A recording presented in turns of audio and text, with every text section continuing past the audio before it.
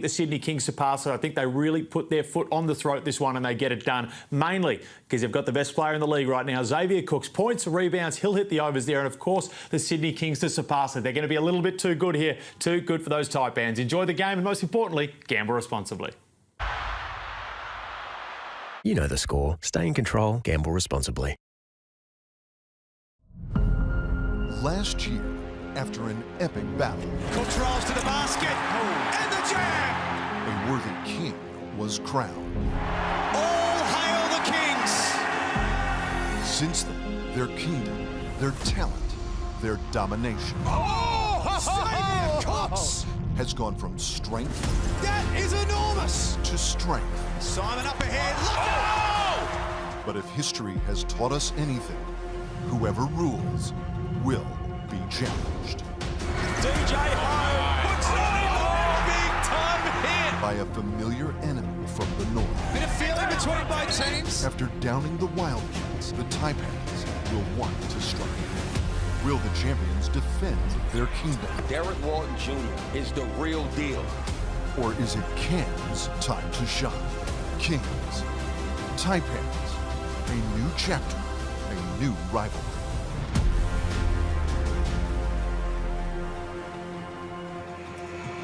Sydney, the beautiful harbour city and home to the reigning NBL champs all season. Their fans have been out in force to defend that throne. Yep, the Kings, they're Hollywood, they're high profile, and boy, they've got some hop. No one more than the freshly crowned league MVP, chased along by a high pedigree coach on the climb. The opposition, well, they're guided by the reigning coach of the year. What a climb Adam Ford has had, and he's in charge of a team that has made the Final Four despite setback after setback, asking the likes of DJ Hogg to become more like DJ Hulk and shoulder much of the responsibility. We're at Kudos Bank Arena. Matt Russell alongside former Kings captain, recently inducted Ring of Honour recipient as well, Brad Rosen. The cruel people perhaps are saying this is David against Goliath and that Cairns need to take to the court with their slingshot and stones. Do you agree? Definitely not. Cairns are coming here and they are looking for a win. They have been outstanding through the season. DJ Hogue has been unbelievable the last few weeks. I'm so looking forward to this one, Matty. Bull Kowal as well, but then no Keanu Pinder tonight. We know that he is out. And also Tajir McCall, who was a game day announcement. Well, the announcement is he won't play. Yeah, that's a big loss for them, but it's not as big as a loss as it can be. And the reason I say that is they've played a lot without him, and it will give guys more opportunity for the ball. That's nothing taking away from him, but now Hogue gets more shots. Cole gets more shots, and that is effective. They have enough in their group to get enough points on the board. They get it done at the other end, they go up north 1-0. McCall has been averaging 16 points, 6 rebounds per game, but as you touched on, they won without him to reach this stage. Any big battle needs a tail of the tape, and there it is. The Kings have played 7 grand final series and won 4 of them. The Taipans into the grand finals twice, but still hunting their first championship. Their fans are hoping this is third time lucky. Throw it out the door, Matty. It means nothing. This is what it means. Cairns won 2 out of the 3, and 2 of those games are right here on this court. That's the first game they won, 83-78. The second game, well, they lost that game on their buzzer. So now they're 1-1, but they go up to Cairns and they know they can get that win, and they got the win. They're not scared here. They lost on a buzzer beater and they won the other one. They go up north, Keanu Pinder, he's got 30 in that game. Big loss, but it's not as massive as it looks. Other guys will step up. He's been great. DJ Hogue are ready for this one.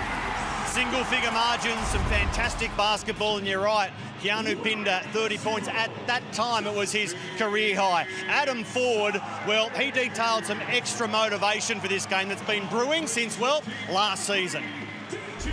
Sydney were training at our venue, and you could hear exactly what Sydney were doing to beat us. They're making no secret about it, but they sit here and they go, they're soft, they do this wrong, they do that wrong, smash through their screens, get the ball behind defense, they can't do this, they're terrible. We built this team to try and be the direct matchup for Sydney. That's the team that's number 1, that's the team that's the defending champs. My dream is that we play them, because if you really want to come out the other end, being the best team, you have to beat them. The little engine that could got the train back on the tracks. And he's headed for the playoffs against the Sydney Kings. Wow, there's some extra spice for the playoff series, boasting two top 4 teams, 2 teams who want to go to the championship series. I reckon we've set the scene. We know the league MVP is about to cut loose again. Let's go to Andrew Gaze, Liam Santamaria and Jack Everin. Men. Good on you, Matty. Good on you, Brad. And great to have your company right around the world here in the Hungry Jacks NBL. There is the champion starting 5 for the Sydney Kings, Andrew Gaze. Derek Walton Jr. didn't play the last game of the regular season, but he's right to go tonight. My word, and he's an important piece. 16 points, or 5.5 assists. He needs to be big in this one for Sydney to have their advantage. And for the Cairns Taipans, Liam, Lat Mayen starting again. And we know he played well in that last win over Perth. Wardenberg's going to need to be big. Bull Quall as well. Interested to see how Adam Ford uses him defensively. When 2 worlds collide, the privately owned Sydney Kings against the community-owned Cairns Taipans. 5.5 million people versus 150,000 people. It is all on the line for a spot in the NBL Championship Series. And we are underway at Kudos Bank Arena. Vaughan Raybury, Chris Reid and Nico Fernandez, the 3 officials in charge tonight. The first 5 minutes of this first final are crucial. There's Cooks backing in and an early whistle after 18 seconds on Bull Quall. He can get sucked into some early fouls sometimes, Bull Quall, and you saw on that opening possession, he went straight to Derek Walton Jr. Guarded him in those previous matchups, made life tough. He's a physical defender, and he's on 1 foul. Tim Suarez coming off the back of season-high 24 points on the Friday of the last round. Here he is rolling to the basket. A little messy, but found it, and has the opening bucket of this series. They're good. They're good at getting into the paint. That's what they're designed to do. Really penetrate hard, and they're even better at finding the drop-off passes. And although that was a little clunky, Suarez tied it up and got the easy 2. Here's Xavier Cooks in the open court. Simon swings for Silovic. Up top, Suarez. Got it!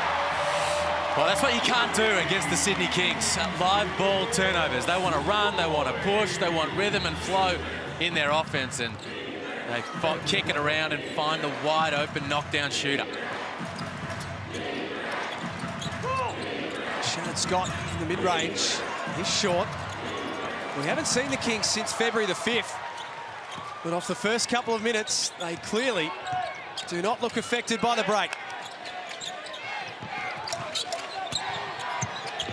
Walton Jr. for Simon. That's off target.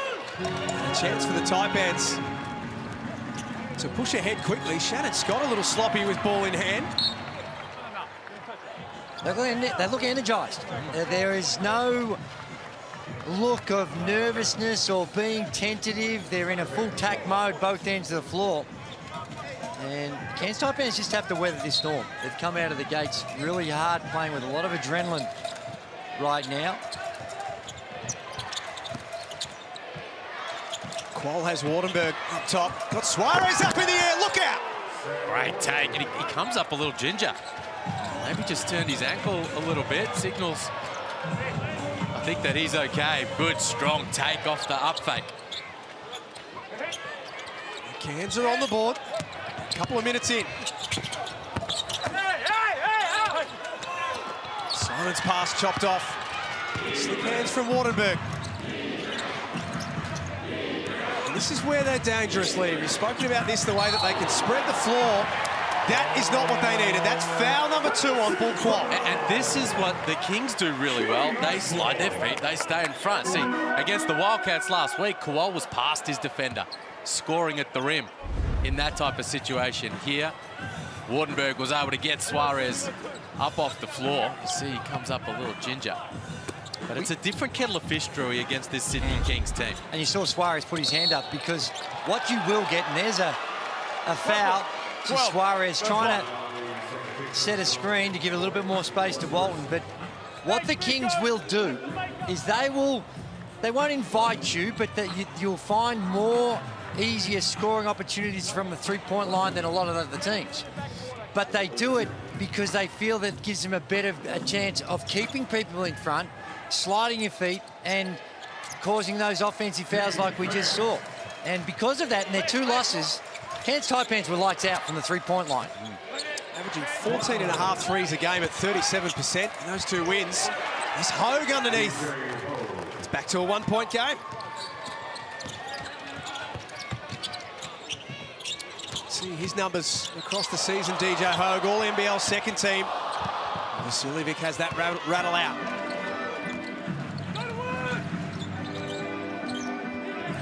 Adam Ford saw that Hogue was matched up by Cooks and told his man to go to work. Now he's got the mismatch. Lat Mayen wide open for 3. Doesn't get that to go. Really, good shot, though. Yeah, great shot, and it came because of the ball movement. Oh, 2 or 3 extra passes. Cooks ran straight into a brick wall. The Taipans tear down the floor. Wardenberg. That's a goal team. Had that one swatted out of the air, and it will count. Great D down the other end by the Taipans. Xavier Cooks beats his defender with the crossover, but is met by a wall. The Taipans ready to help down and get in front. There's the cross, and then Hogue, Mayen, everybody coming across, making life tough. And then they're out in transition.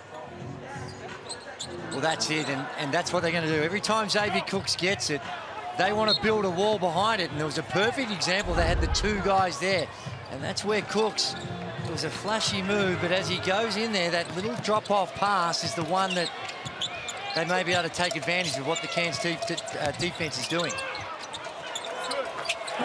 It's from Walton Jr. gives the Kings the lead back. We spoke about those 2 early fouls to Bull Qual. Adam Ford's just going to let it ride. You know, he's done this over the course of the season with Bull Qual, DJ Hogue, Tajir McCall, and others. Early fouls. I'm going to trust you. Let you play through it as Hogue works his way to the free throw line. He's aggressive here early. And Adam Ford, almost every time down the floor after the first pass, you can hear him yelling out, go to work.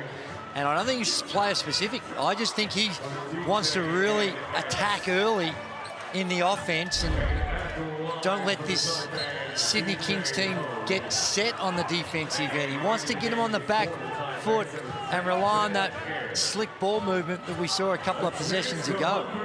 Matt Russell courtside. Well, we know that Keanu Pinder, the Cairns star, isn't going to play in this playoff series, but could he return for the championship series if Cairns progress? Well, the good news is he was booked in for surgery in Brisbane on Monday. When he got there, the doctor said, your injury's healing so well, we don't need to operate. And with that, that door just opened a little bit further. Maybe we haven't seen the end of Keanu Pinder this season. When it comes to Tajir McCall, Brad Rosen, I know you've spoken to Mark Beecroft. And they were very happy with what's going on as there. They were very close to playing him tonight. He has scrimmaged, he has been okay, but he just did not do enough contact to make sure the shoulder is fine, as a beautiful move from Justin Simon.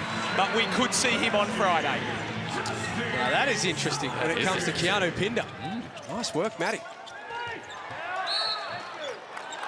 Noy whistled for a foul. Hey, don't tell me the referee. Okay. No, you're not, you were the whole man. All right, Nico. Adam Ford just trying to stamp his authority early on, but this is not Vaughan Mabry's first rodeo. Referee of the year, Adam Ford, into the Final Four for the first time. Game number 92 coaching tonight. And this season's Coach of the Year. Scott's pass knocked out of bounds. They were a little wonky in the first quarter on Thursday, Cairns, in their first final. Are you happy with the way that they've settled here, Lee? Well, Drew spoke about it. They just needed to weather a bit of a storm. The Kings came out aggressive in those first few possessions, and they've done it nicely. That jumper right there from Qual, all tied up after the first 5 minutes. They'd be happy with how they've settled. Game on Thursday against Tasmania.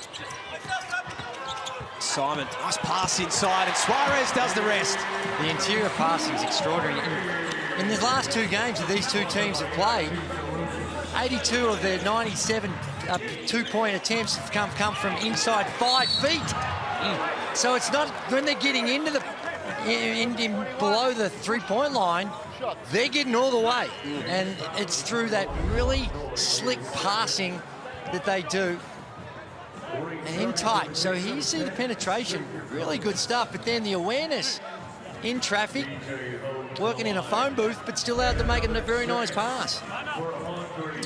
Meanwhile, DJ Ho back on the line, and they force Sydney into 4 fouls. So anything from here for the remainder of this quarter is bonus free throws.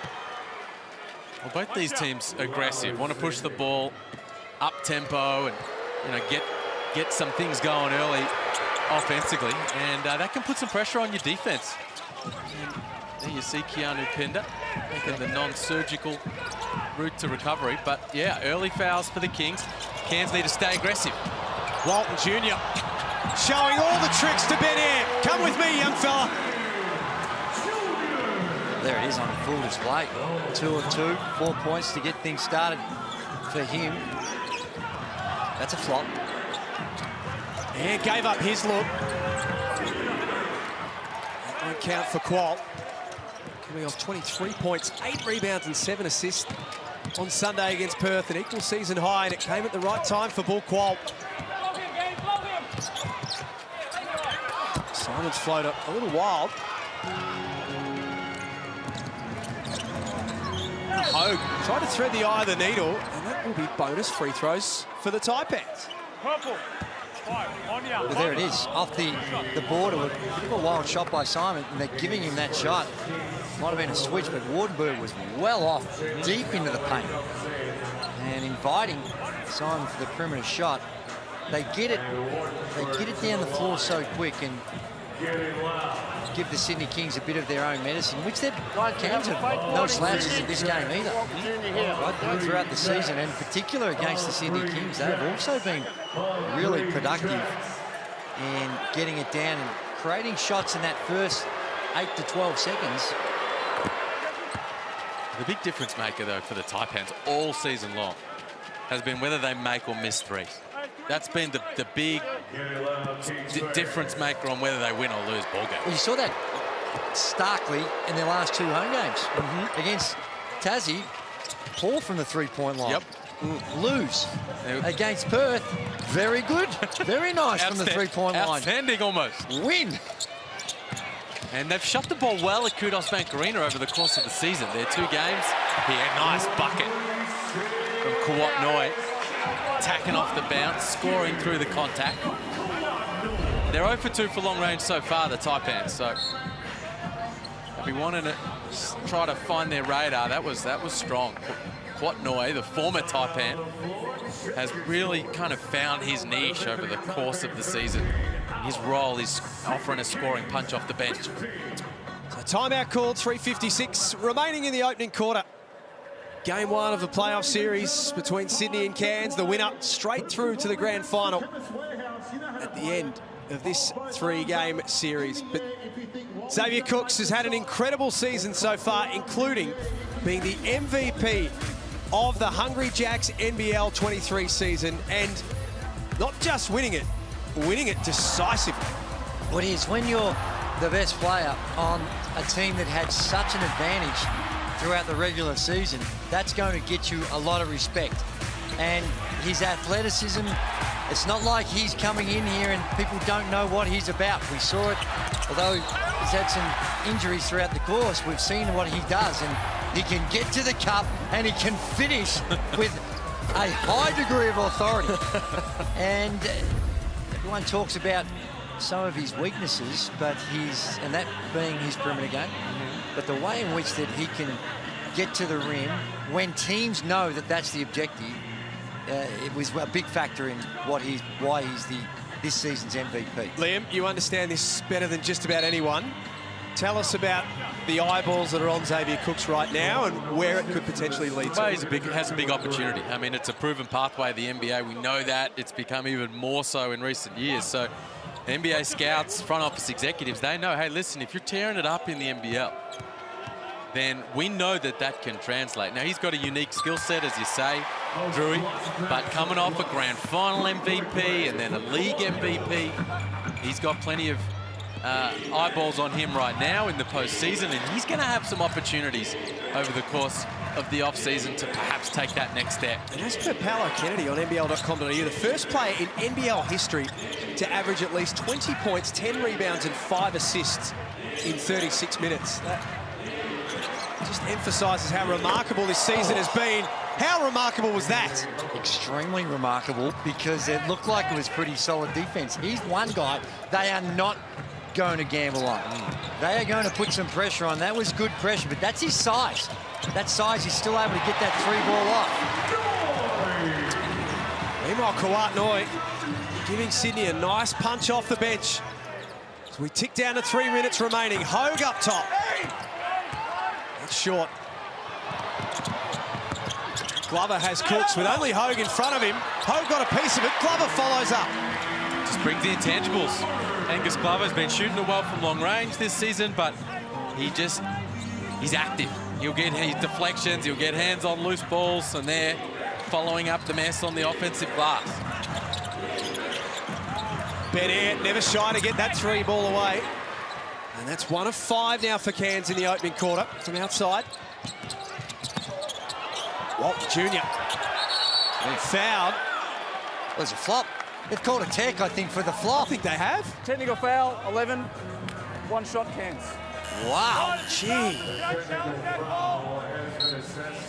There was a flop warning we saw down the other end, and he got the warning for that, and this is because of that warning.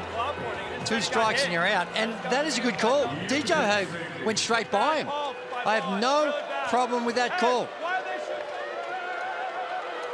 Now, with a tech foul like this, or the penalty is going to be a free throw, pick the play up where it finished, he went by him.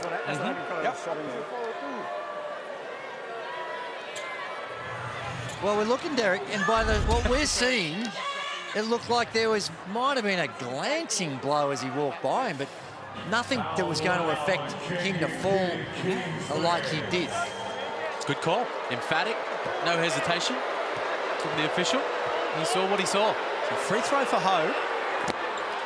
And possession determined by the arrow, so it'll be a Cairns ball.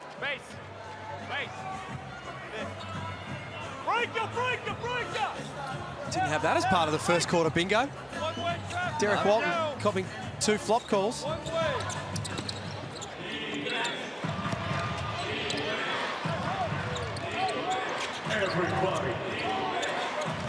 Benair with the ball handling duties.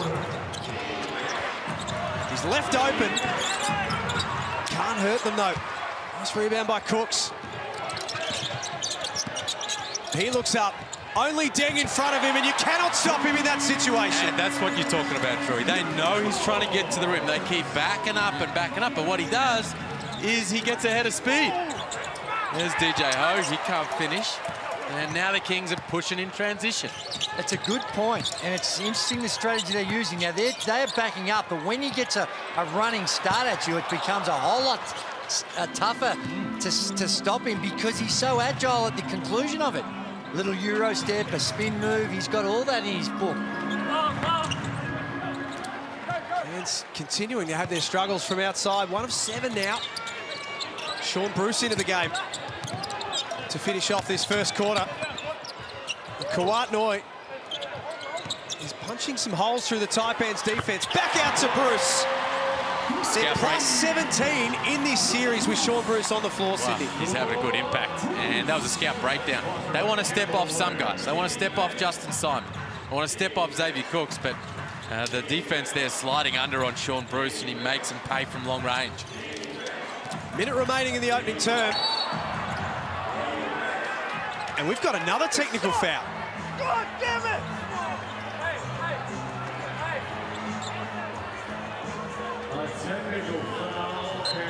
It is. Remarkable. So now Xavier Cooks has been called for a flop. And Adam Ford didn't want that one because there was going to be the 2. There's the flop, and it's no score. So Adam Ford, I think, would have preferred just to count the 2, nothing to see here. And hear him in the background. He's only going to get the 1 free throw here. And they get to have another crack at it. Look, that said, It's a personal foul on Xavier Cooks, which is worth its weight in gold when you're playing against the Kings. And, you know, there's a couple of guys now have racked up T fouls. So Walton, Junior, Cooks, they cop another one at any stage throughout the ball game. They're taking an early shower. But it wasn't much different. So just for clarity, the tech foul was called before the act of shooting. That's why Majuk Deng is on the free throw line. The points didn't count. Well, how do you gather the ball? It's one of those ones when it actually took place and they've adjudicated that it was before the shot. A turn of events in the first quarter of this playoff series. Vasiljevic reaching in. Cairns will walk straight back to the charity stripe and shoot more free throws. Racking up the fouls. Chase Buford cannot believe it. It's eight now, Liam. 8 fouls to 3, 8 on the Sydney Kings. And that's a foul. You can complain all you want, but that's a foul. That's what I had. Yeah, little grab. It's a little grab. Now, you can say, well, what level of contact do you want to allow? But when you've lost the ball and there is a little grab, the officials really don't have a lot of option. Just going back to those previous whistles, though. Drew, here's Lat Mayen, steps to the free throw line, knocks it down. 2 first quarter flopping techs on Walton Jr. and Xavier Cooks. Completely unexpected. No one would have thought that would occur in the first quarter of this 3-game series, but they were there. 100%. In fact, there was 3 flops. The first one they got the warning for. Jonah Antonio in for the last minute of this first quarter as well for Cairns. Here's Jalen Galloway. His pass chopped off. Cairns have got a little momentum right now for 3. It's good.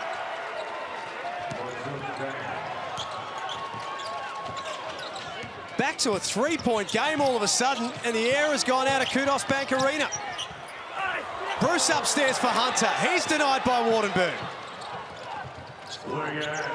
Wow, what a great way to finish the quarter here for the Taipans. A big opportunity here, a bucket to finish this little mini run off would be huge for them out of this opening term.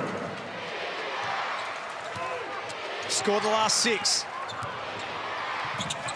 Antonio, that's what he's out there to do. Knocks down the 3 at the quarter time buzzer. All sorts of drama in the opening quarter at Kudos Bank Arena. This is one you are not going to want to miss. 25 apiece between the Kings and the Snakes. You're watching the Hungry Jacks NBL.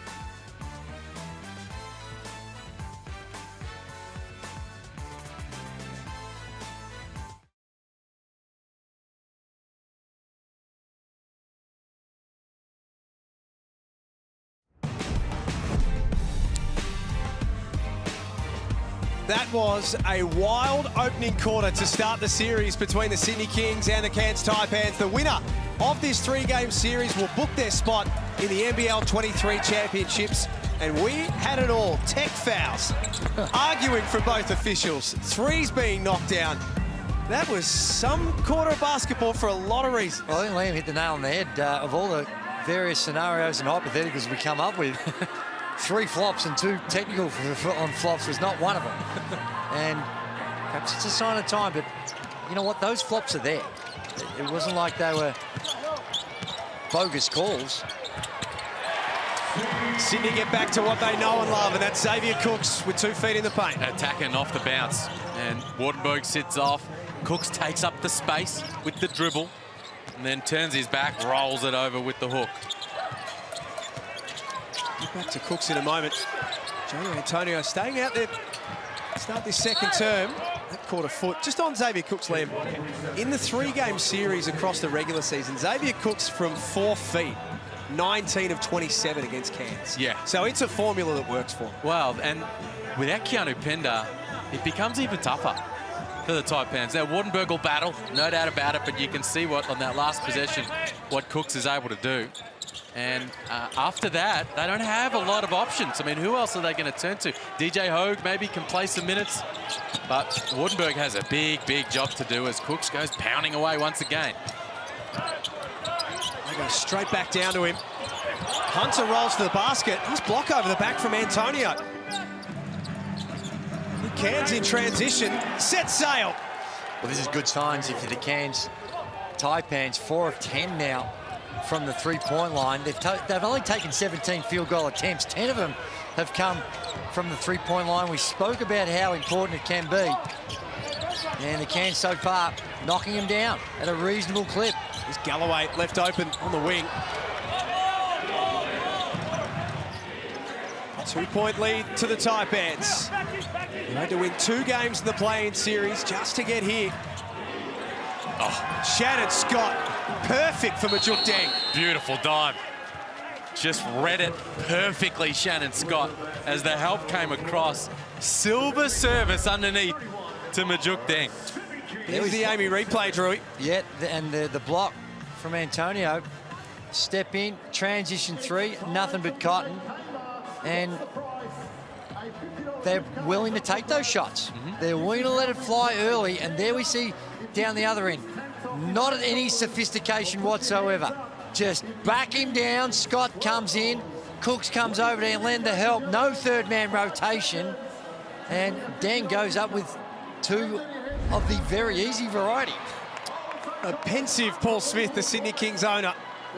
Again, just flying under the radar with that Hoops Capital shirt of his. His team down 4 at the moment. Let's get down to Matt Russell, courtside. Jack, you said it a few minutes ago, the oxygen sucked from Kudos Bank Arena, and all that oxygen has been injected into the Taipans. They are up and about, jumping around. The coach was delighted with that first quarter, understandably. Drew, you mentioned they're now 4 of 10 from long range. They were 1 of 7, so they've made their last 3 in a row, and that has ignited them at quarter time, not this time out, at quarter time. Adam Ford said, I love our offensive movement. We're attracting 1.5 defenders with the way we're busy, and that's opening up the odd chance outside as well. Brad Rosen, what about Sydney? Well, at the quarter time, he was quite happy, Chase Buford. He said, I think we're just playing good defense. But in this time out, he did the old Andrew Gaze football valve. He was not happy at all. Jeez. And it's all about the defense for them. 31 points in 8 minutes and a half to go in the second quarter is not going to get it done, is what he told the team. Yeah, well, this is what the Taipans from long range can do to you. Great pass. Vasuvic finds the rolling Jordan Hunter. And they've got, I mean, everyone can shoot it on this Taipan squad when there's no Tiju McCall or Keanu Pender. So those last 3 triples, they've been Majuk Deng, Lat Mayan, Jonah Antonio. Everybody's stepping up now and knocking down shots. Shannon Scott trying to get busy. His pass, a bullet into the corner for Majuk Deng. At that time, though. Xavier Cooks will get a running start at it this time. Up the top, Vasiljevic, well short. The Kings having a few issues from deep. They're 2 of 7. Shooting it at 37% across the season. The #1 3-point shooting team in the competition. Wardenberg with all sorts of room. Can't hit either. Majuk Deng on the offensive glass. Antonio from the corner. That's his second. Well, that's his role. He's coming in there. He has got the green light. If he's not taking that shot, Adam Ford's upset with him. No hesitation. Knocks it down. Nice take from Cooks. Strong finish from Cooks. Now that's his role. Catch it on the roll and power it up on the interior. Draws the foul on Wardenberg. But here's the kick out for Antonio. Dejan Vasiljevic was a teammate of Jonah Antonio's on the Australian university squad. He said they used to call him Quick Six because he'd come in off the bench, go bang, bang from long range, and then you'd sit him back down again before he got ahead of himself. So that's exactly what he does, Drew. And he's shot sub 30% from three over the course of the season. But as we know, way better shooter than that. Shot 40% at Wake Forest, 36% in the Czech Republic last season. And he's knocked a couple down early in this one. And Xavier Cooks, you saw it there. His ability to absorb contact and still finish at the rim is elite.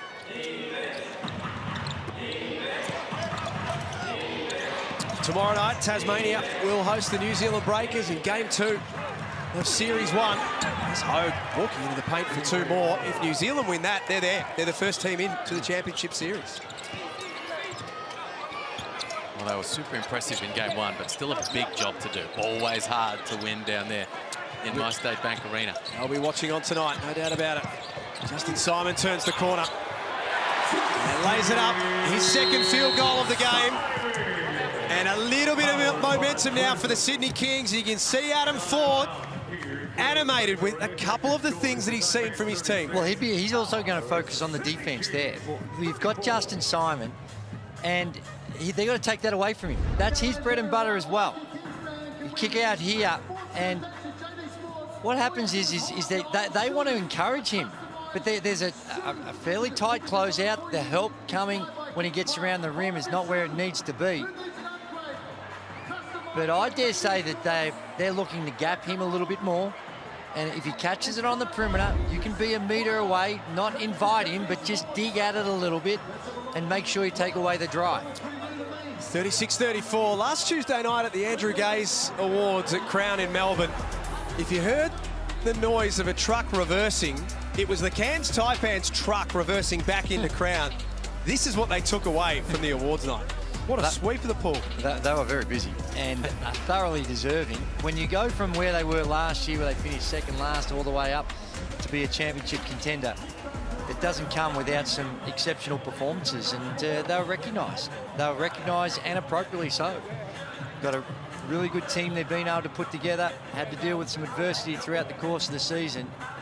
And let's not forget that, yes, you mentioned at the start, that the variations in the numbers for these two programs can be quite stark, but they've got some very, very good basketball players on this roster. And they've got plenty to lose, but there is an element of them right now playing with the house's money. Well, Adam Ford said that after they beat Perth. He said the pressure's not on us now. Everyone's expecting Sydney to win. No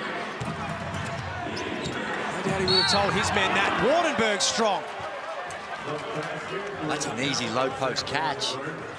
And when you can get it that deep, it does put a lot of pressure on your defense. And for a player of Wardenberg's skill, you see the little Hakeem shake, and little shake gets Geordie Hunter biting on it ever so slightly. And Wardenberg does what he's supposed to do around the rim. Get another crack at it, Wardenberg. Geez, he's been impressive. This young man now, we know he had great experiences in the ACC at Miami, big school, big games, big conference. But he's still a first-year pro, and he's coming in here that the starting center is sitting on the bench injured, and here he is in the postseason, coming off a big double-double in a do-or-die affair, and he's off to a really good start here in this one. 9 points now. He's been active, he's got a steal, a block, playing a big role. He was huge against Perth in that must-win, both on the offense and on the boards. Did a great job on the glass. Equal game-high lead for the Taipans right now. Derek Walton Jr. back in. That's well short. Foul on the arm. Will be Cairns' second. Listen to the home fans. I think it's fair to say that they think they've been on the wrong side of the whistle count so far tonight. Xavier Cook sits down, Matt Russell courtside. Keep your eye on Shannon Scott, especially defensively. That last time out, Adam Ford had a real fireball for him, saying lift your perimeter D. That's not good enough. Adam Ford used to work in a prison, and right now it's all about locking the Kings up. Yeah, well, that was the play you were talking about, Drewy. A little overzealous on the closeout on Justin Simon and wasn't able to stay in front. Here's Simon on the attack again. Over the top of Lat May and not scoring. Chase Buford has now been given a behaviour warning, so 2 techs and the coach with a behaviour warning. Walking a fine line, the Kings. Qual with his back to the basket. Kicks it out for Shannon Scott. Nice look. 8-point lead to the visitors. Just to count behind on everything on the defensive end, the Sydney Kings. They're sort of there, but not there enough. Vasilevic plays through contact. Did everything except finish. They're having that sort of period right now, Sydney. Still doing a lot of things right, but it's not translating.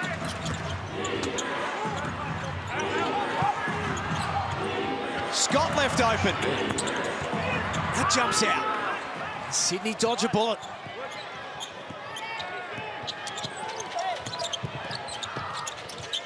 Kawatnoi. He can't get it to work either. Clever work from Suarez. I think they got that wrong. Suarez, unless he was out of bounds when he hit it, but it looked like he'd hit the ball back onto the Cairns player. Yes, come off his hit. It's on the side here. I've just pointed the wrong way. There you go. There you see, Suarez just hit it straight off the hit of Scott.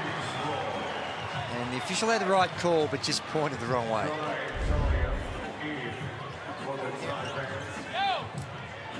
You mentioned they dodged the bullet. Good Jack, officiating.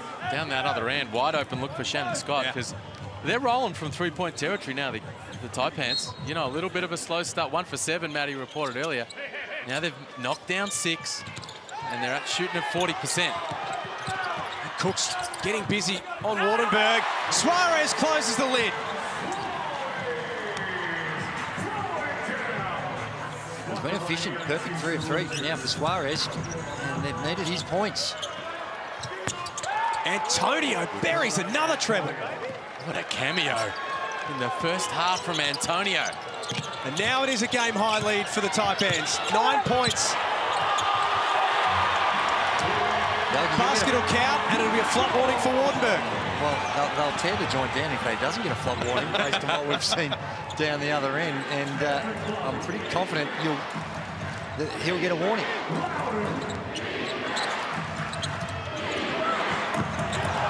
He does it again, Jonah Antonio. That's 12 on 4 of 4 from outside. He's on fire. The young man is on fire. Well, Junior, that's a nice take to the rim, but they're trading 2s for 3s right now, and if you're the Taipans, keep finding him. Ooh. Quick 6 quick 12 right now, and he hasn't stopped counting. Quick 6 times 2. I don't think in any one of those ones he's had to put the ball on the floor. Wow. Hogue inside for Wardenberg. He's fouled. Well, that's it. Case in point. He was open in the corner. They got the help coming, and here's what he's been able to do. Catch and shoot.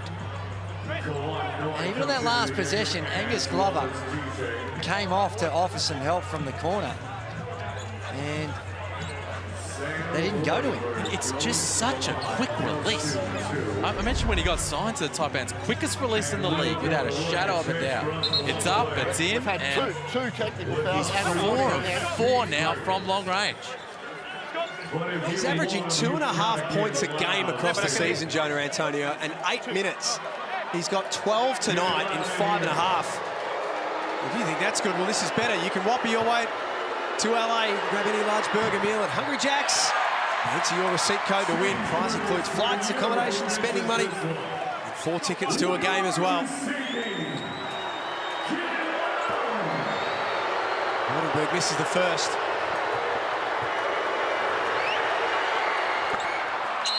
Takes care of the second, pushes that lead back out to 9.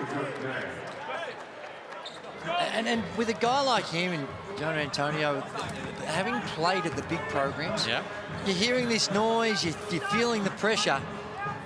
It's pales compared to what some of the things you're going in some of those schools that you have to attend and what the abuse you have to cop from the crowd when you're on the road. This would be like a walk in the park compared to some of the stuff that they've got to deal with. So they're not those true rookies like you see with some of these 18, 19-year-olds coming into the league for the first time.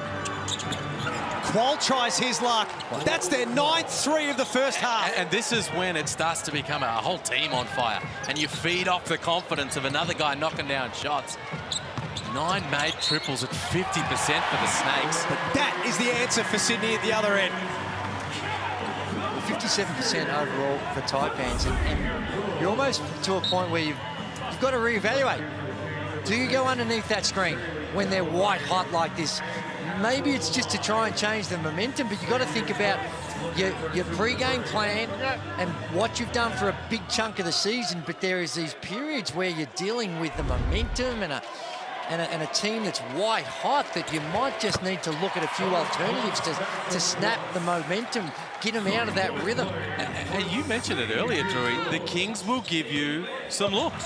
They'll give you some opportunities with the way they defend to knock it down from long range like that. And it's a question of whether or not you take advantage. Derek Walton Jr. ran straight into DJ Hogue. Not sure that he saw him. He's just trying to dust off the cobwebs. Here he is on cue. Cooks. Fouled by Qual. That will be 3. He had 2 in about 2 minutes, so he's done well to get this far before giving away his next foul. And in the scheme of things, it's a relatively soft one. Here's Walton just running in. DJ Hogue, he's sound, didn't budge. Nothing to see here. He's not moving.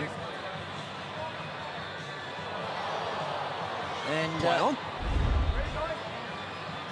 I'm a bit gun-shy, given my record with these things, but to me, that's a great no call. Turnover for Sydney. Both teams have been pretty efficient with ball in hand. In their 4th camp up in the first half, Sydney. Cairns have only had 2.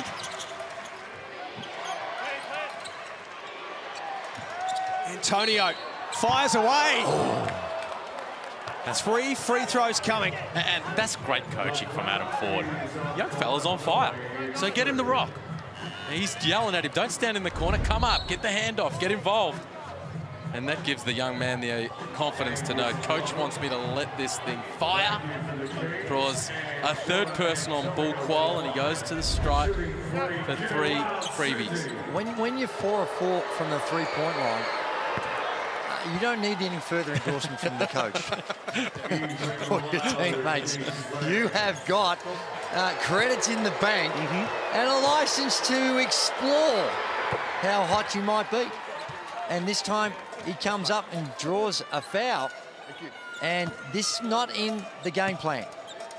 They're on track to give up 60 points in a half, the Sydney Kings. Well, Chase Buford was interviewed on Melbourne radio yesterday, RSN, and spoke about that, Liam. Said they've been giving up too many points in the last 3 or 4 rounds of the season. That's another great take, Walton Jr. So meanwhile, the Kings ticking the scoreboard over, 45 of their own. So they've been pretty good offensively as well, but this is what the Taipans can do if they get going from long range. You are scoring 2s and they're scoring 3s. How easy is that? DJ Hogue. How easy is that? End-to-end stuff. Transition offense. Not your typical playoff game. Up and down. Isn't that real physical war out there on by either of the defense? Antonio! What an incredible first half he's having. What a feeling he has running through his body. 5 first half triples here. Game 1 of the playoff series on the road. You mentioned it earlier, Jack, sucking the oxygen out of the gym. Well, Antonio's doing that in a big way. Well, I was never able to do that all that often, occasionally. But this right here is the greatest feeling you can have in a game of basketball. That ring looks like a hula hoop. Your whole team is geared around getting the ball. The game slows down so much for you, and it is the greatest intrinsic reward you can get from the game with what that young man's going through right now. We'll just nod our head and agree with you on that one. 17 points. Wow. Talk about the first quarter flopping text. Well, we didn't see this coming either. A Jonah Antonio scoring explosion. This wasn't has the Taipans out by 11. This wasn't on the scout. I'm sure it was on the scout if he gets on. Make sure you get out, close out hard, make him put it to the deck. He's out there like he's Reggie Miller right now. That's more like it. That's more like you come to see. Less freedom of movement, a lot more difficult to make those passes up and in the lane. And the coach is not happy. They're going to give a free possession to Sydney and a timeout called. 35 seconds remaining. What a remarkable first half of basketball we've had so far, and a lot of things that were not on any scripts. And look, their last game, the Taipans, there was DJ Hogue in the opening half. What do you have? 21 in the first half. Caught fire from long range.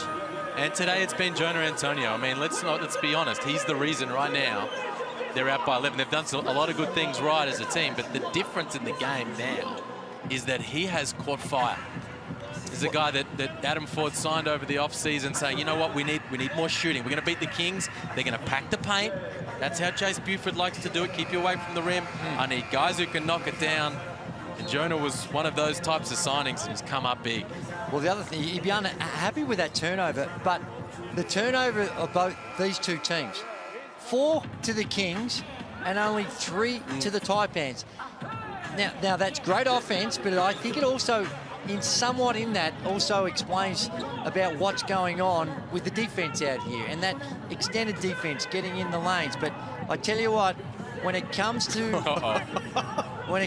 vehicles and you're looking for pure offense and a wonderful driving experience, I've had this thing. Unfortunately, the little baby's going back in a couple of weeks, but I'll bet you it doesn't. The electric vehicle, it's an absolute beauty.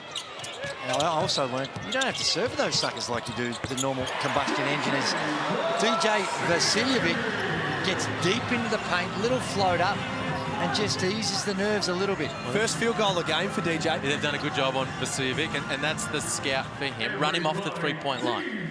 Make him get into the paint, shoot floaters, try to finish over the top of the D, and there he was good enough. Shot clock switched off.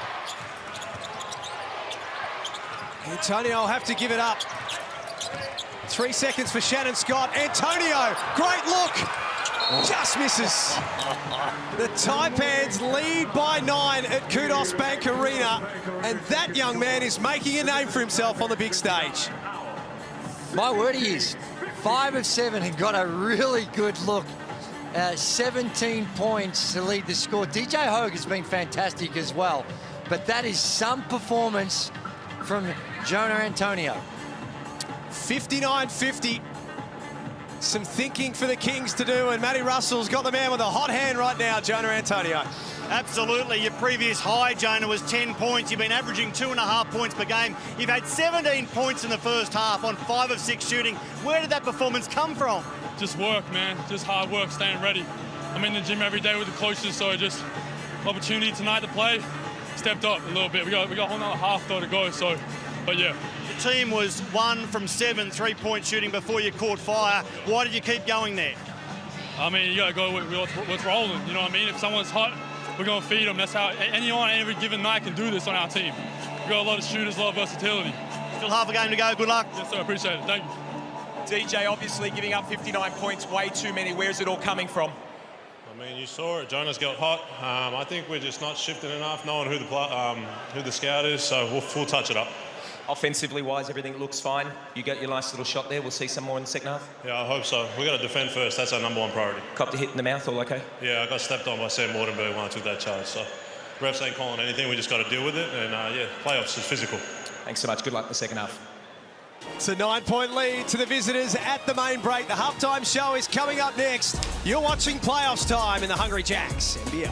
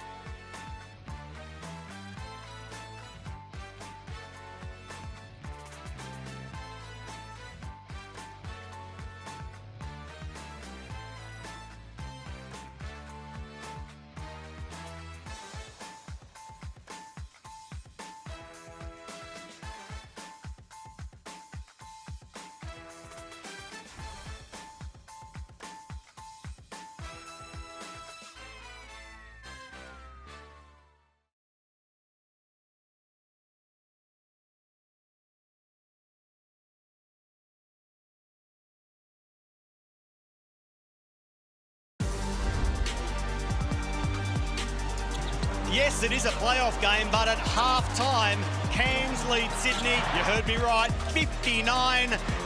It's the underdogs out by 9 on the back of a sensational first-half shooting performance from outside the arc, Brad Rosen. Hungry Jacks highlights will have three-pointers galore. Well, what playoffs? Cairns are fine. This is fun. This is basketball. They are loving it. That man there, wow. 10 threes they scored. Now, you're the Sydney Kings. You're going to say, we've given up 30 points on the three-point line. That's what they're going to be targeting. But if you're Cairns, just let that ball roll. There's not many dribbling going on. It's pass, pass, pass, and shoot. Love watching them. Both coaches restless because of their team's D in the first half, but certainly Adam Ford loved the way they shot that three ball. And what about that player? An unbelievable haul considering what he's done earlier this season. We'll get to him in a moment. There are the halftime numbers. Look at the shooting clip, well, from both teams really, but jump straight down to the three-point, 10 of 21 for the Taipans at 48%. Absolutely amazing. Look at that, 10 and then 18 of the twos. Everything they've done is great. You look at the Sydney Kings, 56% is fine. It's enough. 50 is good. They've just got to lock them up on the defensive end. There were any number of potential stars coming into this game. I don't know how many people thought that Jonah Antonio at halftime would be the main man. He had his first miss in the dying seconds of that first half from three-point territory, that is. 17 points to the half. His previous career high, 10 for any game. His average this season, 2.5 points per game. Take nothing away from Adam Ford. That's what he gives his players. Confidence. Jonah, go out and do what you do. Hit 5 threes. He's laughing, he's smiling. Outstanding coaching, and what a shooter.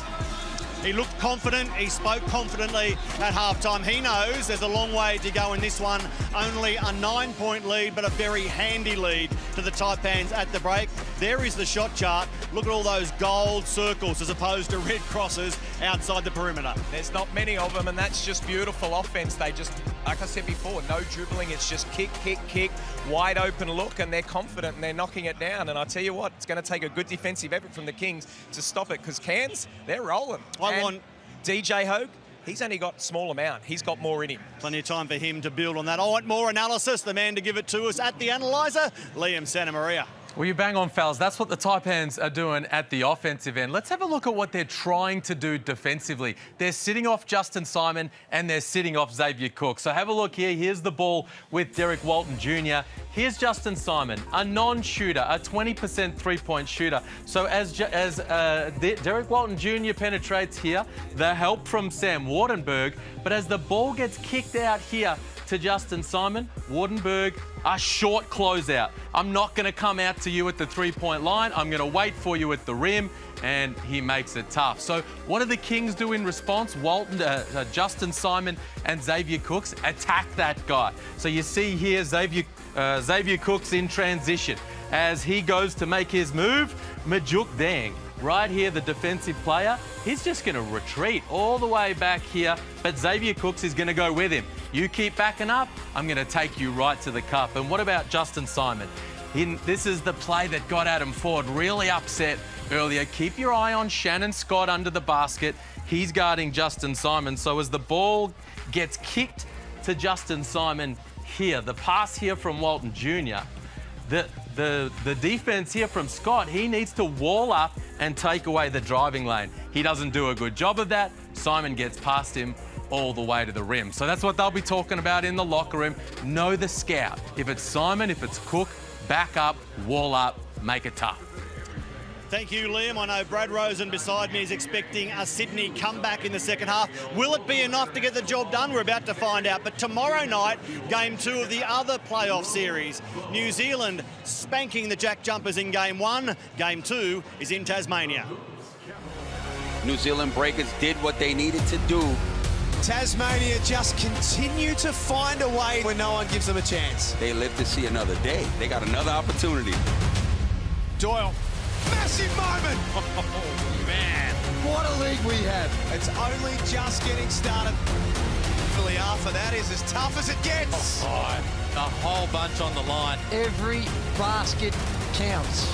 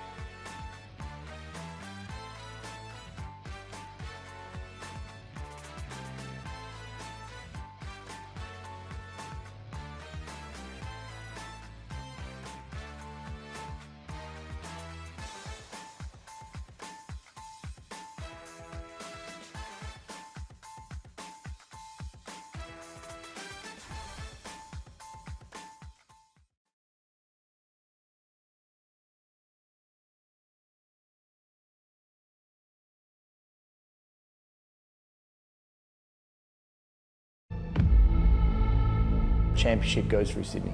A lot of this off-season recruiting was, okay, who do you get in to go up against Xavier Cooks? Cool, we bring in Sam Wardenberg, you know. How do you counter the dynamic point guard of Derek Walton Jr., or you get a dynamic defensive-minded point guard like Shannon Scott, you know. We loaded up youth on the bench, we need more shooting. Their drops team, they pack it in. Cool, let's go get Jonah, let's go get Lat, let's go get Ben, let's go, you know, bring guys in that can shoot the three ball. We built this team to try and be the direct matchup for Sydney. That's the team that's number one, and that's the team that's the defending champs. So if you really want to come out the other end, being the best team, you have to be.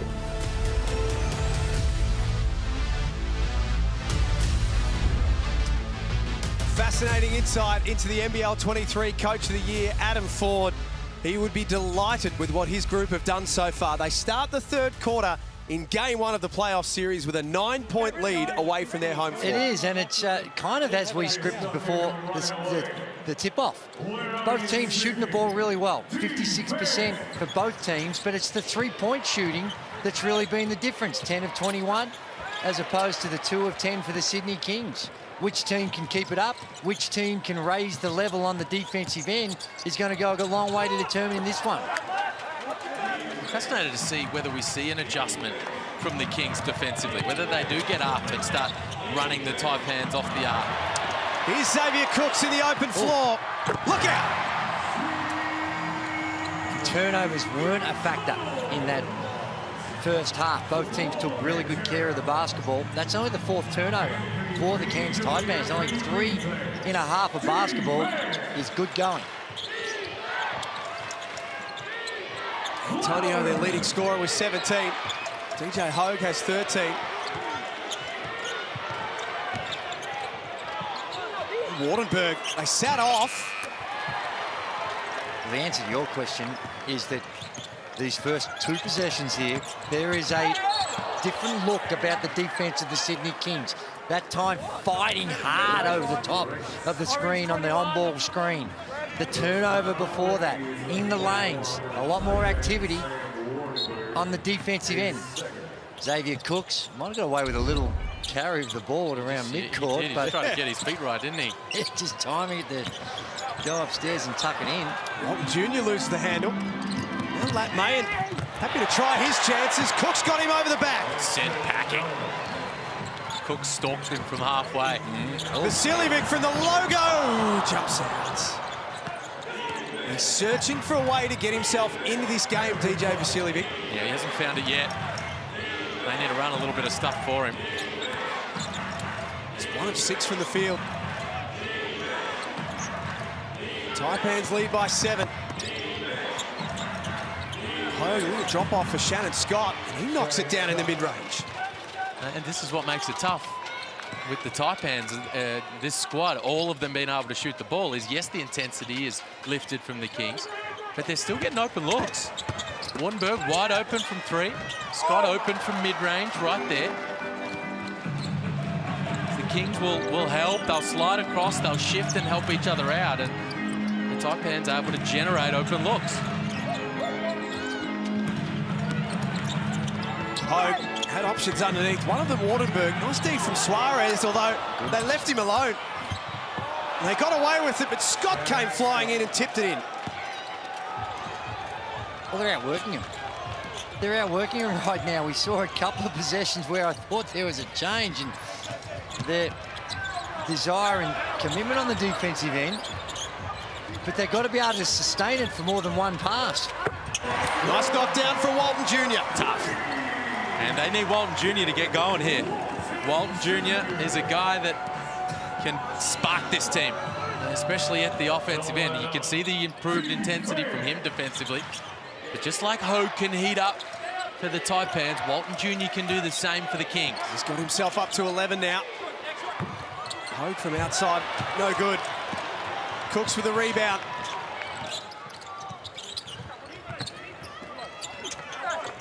Two more for the MVP of the competition. Timeout Taipans. Back-to-back baskets for the home team. It makes it look so easy. Well, just build a wall and keep in front. But he goes, dribble, bounces off that nice touch on that push shot. And here's Walton Jr. that you're talking about, Liam. And again, it's a catch and shoot. The screen's coming, he feels the screen, but got to be a little tighter because he can turn it around quick. And this is a Xavier Cooks I'm talking about. Just that strength, gets that little bit of separation. And with that nice touch around the basket, it's an easy two for the Xavier Cooks, but it's not as easy as it. That shot is not as easy as he just made it look. No, sir. He's third in the league in defensive rebounding, Xavier Cooks, and it's Sydney's best offense. When he grabs the defensive board and he pushes down the middle of the floor, it's where they generate their best stuff. And often he'll keep it, create like he just did then. Quick little dribble handoff one way or the other, and they're into something. So what's the answer? What's going through Cairns' head, Liam? Xavier Cooks gets the defensive rebound, gets ahead of steam up. What should they do? Oh no, is what's going through their head at the time. It's not going to help. But firstly, you can try to jam him up, but what they're trying to do is get back, build a wall, make him shoot over the top. Matt Russell courtside. Yeah, Adam Ford said there's no offense, fellas. You're stagnant. No one's rolling, no one's popping, no one's cutting. You might get the odd mid-range jumper that way, but it's not going to be enough to win this game. He said let's click back into our scoring gear. Brad Rosen? Chase Buford was very happy, and he just used the one word the whole time: compete. You get knocked down, you compete, and you get up. Rebound, compete. The whole 2 minutes was about competing. Look for them to go to DJ and Cooks in the next offensive set. Oh, that's a clear push in the back by Xavier Cooks. Have a look at Cooks here. Just pushed him. Push Wardsburg out of the play. Can't do that. Cairns inbound. Game 2 Friday night at the Cairns Convention Centre. Short turnaround for both teams. Wardenberg on his way to the basket. Nice D from Suarez. Went straight up, no foul called. Here's the instant offense! Slams it down! That was nice, and it goes back to your comment just before. He got the defensive board. He takes it the full length of the court and then just says to DJ Hogue, you need to come a little stronger than that. And that's where Hogue, yeah, you want to retreat, but there is a pickup point that you've got to get to. And that was too deep when you're talking about an athlete like Xavier Cooks. Can't make the extra, but Sydney will get a bonus possession. And the MVP has got a look in his eye right now where he knows that it's his time. They go back down to him. Simon in the corner. It sticks. 1 point game. Well, he's the bailout option, Justin Simon, at the offensive end, because he's always open. They're helping off him, and if they don't have something good, they'll throw it to him. And that time, Simon good enough to knock it down, and here come the Kings again. 12 points to 4 in quarter number 3. Justin Simon, after he made that three, had a bit of a chit-chat and was sending a message to the bench. I don't know what's going on, but I suggested they were saying, we'll live with that, we'll live with that. So he makes the 3 ball, a little how you going, and then he says, well, a little bit of sort of Michael Jackson groin action as well. It was a little thriller, wasn't it? And then after that, if it continued on, there was also some mimicking going back, but love it. Love the emotion. You can see the quarter-by-quarter breakdowns. Cairns have won 9 of 14 quarters across the season against Sydney, but this is a big one for the Kings. This is their move. They're in the lead now, and it's a worrying time for Taipans fans. Cannot get anything going offensively. Just 4 points for the quarter. They've gone back to Jonah Antonio. It's a reward for his first half. Hogue unsuccessful. He's trying to force it. And you didn't see that contest at the end of those dribbles in the first half. That time you've got a level of urgency and desperation by the Sydney Kings that's rewarding, and it's turning into points down the other end. They've come from 9 down to 4 up. and there's still 4.5 minutes remaining in this third quarter. The #1 team in the competition are playing winning basketball right now. Down double digits just a moment ago. The Sydney Kings, they've turned it up defensively. You heard the message out of the timeout there to compete.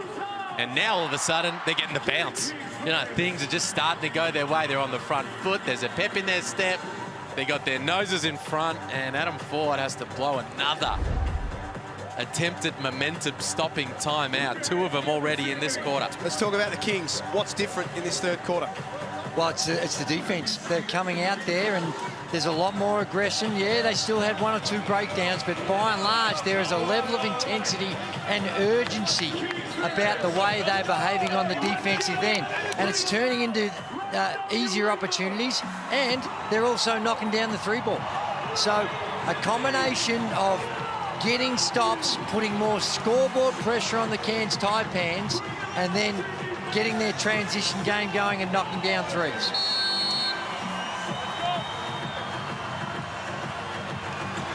They were exceptional in the first half, Cairns.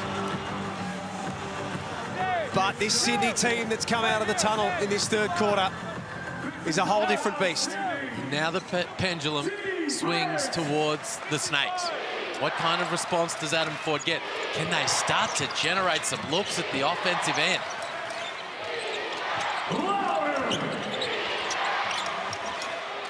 Ho guarded by Kawatnoy. Defers to Antonio. He's no good, but drags in his own rebound. Ben Air up top. It misses. Antonio again on the offensive glass. The Taipans will just keep firing away. 3 unsuccessful looks from deep. And Walton Jr. to the other end. Oh dear. Well, the alarm bells need to start ringing now for the Taipans. They're 0 of 5 from the 3-point line. They just continue to settle for 3s. Could be a long half of basketball for them. Got to find that balance. Attack on the rim compared to the 3. Antonio checks the feet. They needed that in a big way. They'll continue to blaze away. This is the Taipans. They lead the league in 3-point attempts, but they're down the bottom of the league in 3-point percentage because they're super streaky. 11 of 27 for the night. Ball ricocheted off Majuk Deng and back to Justin Simon, who's got the size advantage over Ben Air. Cairns a call for the block. What do you make of this move with how they're playing Cooks? They got him out for a couple of minutes just when the momentum was really cranking up. And just saw in the back it was only going to be a quick breather for him because he's coming back in. So they bought some good minutes, a couple of minutes rest for Xavier Cooks.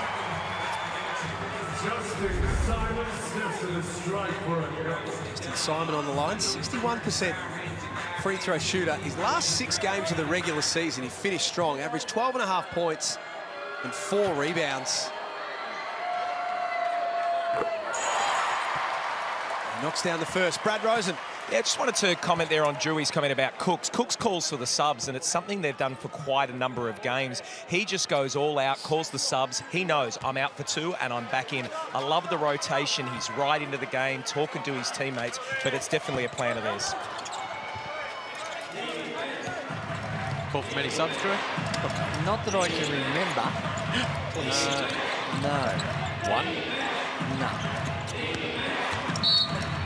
Wall takes it baseline. Leonard Copeland will be watching somewhere and scoffing at the thought of Andrew Gaze calling for a sub. Hey, he wasn't putting his hand up too often either. But it's different. The intensity is a little different, and I think what it is that's a mature approach by Xavier Cooks. He understands the effort that needs to be applied on the defensive end. Yeah. And if you're not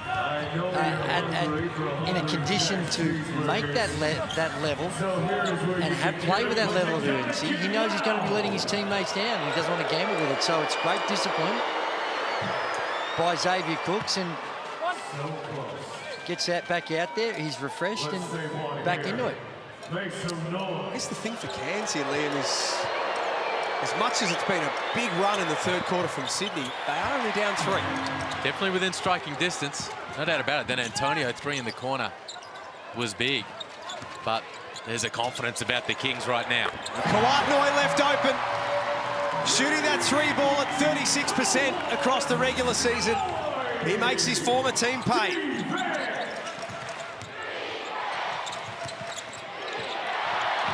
Now gets a hand in the passing lane, and that'll be over and back. Oh, dear. Looked like it might have been a deflection, but maybe not. Over and back call. Hey, why explain the rule? Let's go. That's the hit from Kawatnoi at one end. The Amy replay, and then down the other end, some activity. Gets his hands on it. There you go. He did catch it. He touched it before it went back. So then he went over and got it. So that was a correct call. Cook's the only starter on the floor right now. This bench unit we've seen all season long plays good basketball together. Warburg's picked up his third. Jeez. That's tough for Wardenberg. You know, he got the flop warning earlier on that sort of action because he went down on the second hit. So this time he holds his ground, bang, holds it. Then he holds it again here. And there's the second bump, bang. Now on the third one, that's an offensive foul for mine. And the foul ends up going on Wardenberg. Well, what you see is why it is so hard to play defense if you're just going to play one-on-one.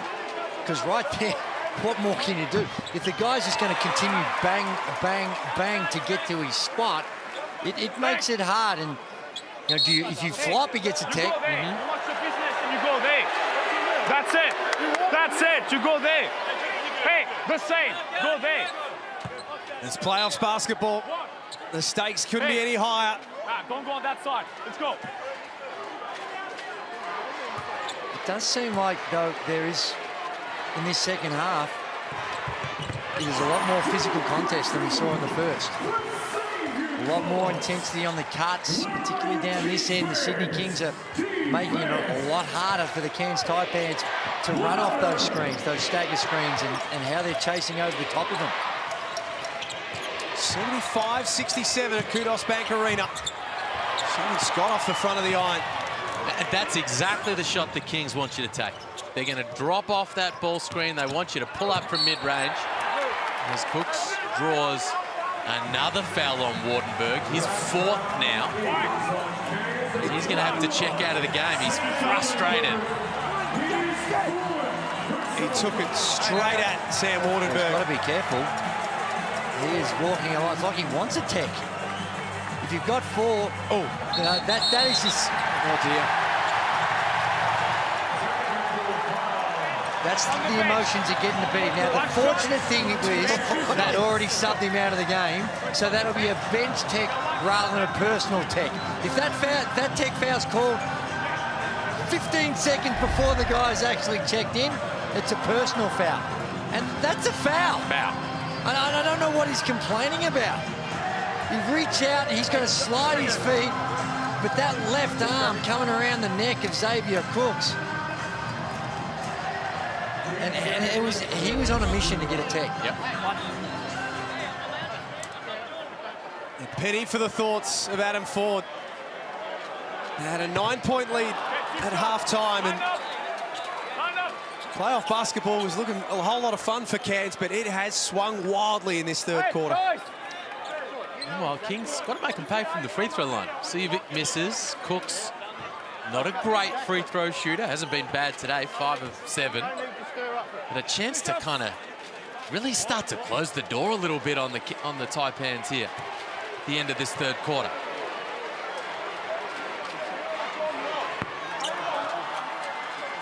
Well, this is an area of Xavier Cooks' game that is not one of his strengths from the free throw line. You see a level of frustration from the coach as well when you do all the hard work. 53% across the season from this very spot. Cost him nothing. A minute 50 remaining in the third quarter. It's an 8-point lead to the home team. Paul Quall trying to get busy. Forces Glover into the foul and more feeling under the basket. That's one that could have gone the other way as well, but because, you know, I think the officials think, well, we didn't let Cooks slap him with the offensive foul. Here, look at the push-off here from Qual, right there. Well, just a little bit better from this angle, right as he raises up. Actually, I'm looking back, I retract. Shout out to Damien Martin. It's very big of you, eh? And you start to wonder, well, who from the Taipans is going to step up here offensively? It was Antonio, of course, in the first half. Hasn't really been anyone for the most of this third quarter. Swift hands from Glover. Sydney get the ball back. Matt Mayen has got his hands full on this very play. Cooks defers. Vasiljevic back to Galloway. Well, got away with the travel. Glover not shy in letting it go. I thought he was fouled as well. Shannon Scott. Qual draws the hard closeout and again gets his head down and gets on the line. This is a different look. If you compare what the film of the first half to what we're seeing now with the rotations, the way in which they're chasing, that time to go to the ball, and DJ not quite in the right defensive position gets called for the foul. But it is a different look of the Sydney Kings and they're getting rewarded. They're holding this Cairns team to what, 9 points so far this quarter? It's, as a team that had 26 and 33 in the first two.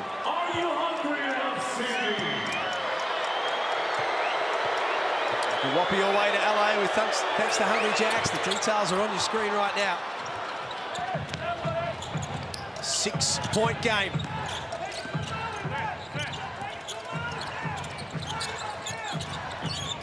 Bruce turns the corner. And Adam Ford tell his men to go quick. They want a 2-for-1 opportunity.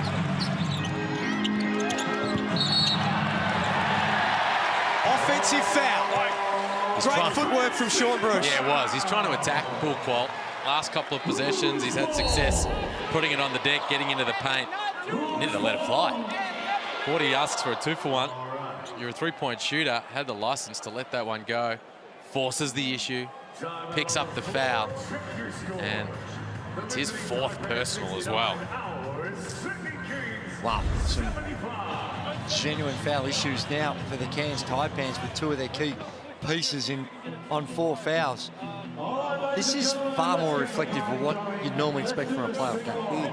The way in which the Sydney Kings have come out, been scrappy, nothing easy for the Cairns Taipans. And for them, fortunate enough to get the reward down the other end.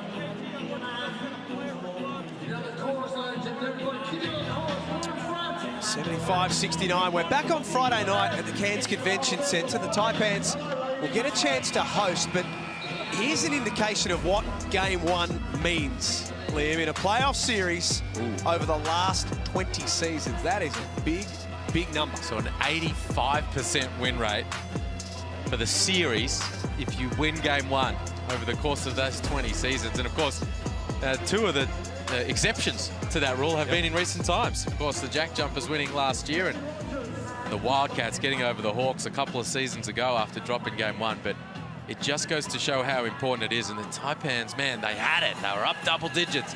And it's been a championship-level response from the Kings out of halftime. They've put 25 on the board themselves, and they've done a fantastic job in restricting the high-scoring Taipans. Nice work from Glover. Pretty much the offense hasn't changed from what we saw in the first half. They've had 25 now in each of the quarters, so they've been able to maintain that level. But it's the other end of the floor, and then we see another example of the hustle.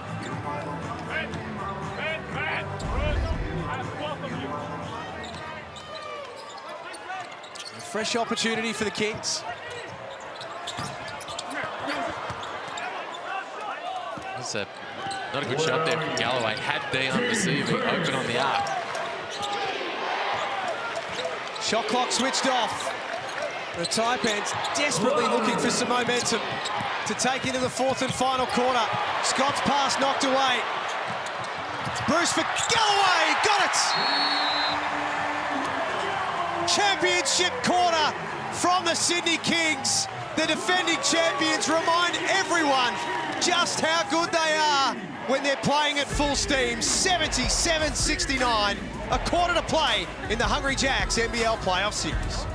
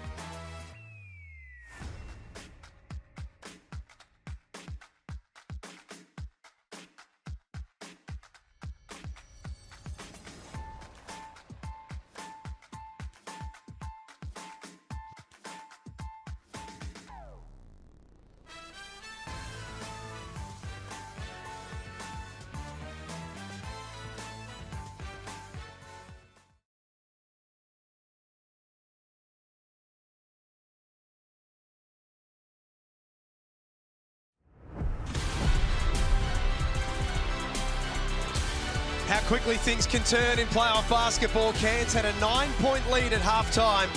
Sydney flipped this game on its head. They outscored the Taipans 27-10 and now lead by 8 with a quarter remaining. Well, they're going to have to turn things around. Only 10 points in that quarter for the Cairns Taipans, and you start to look and say, well, who's going to get it done?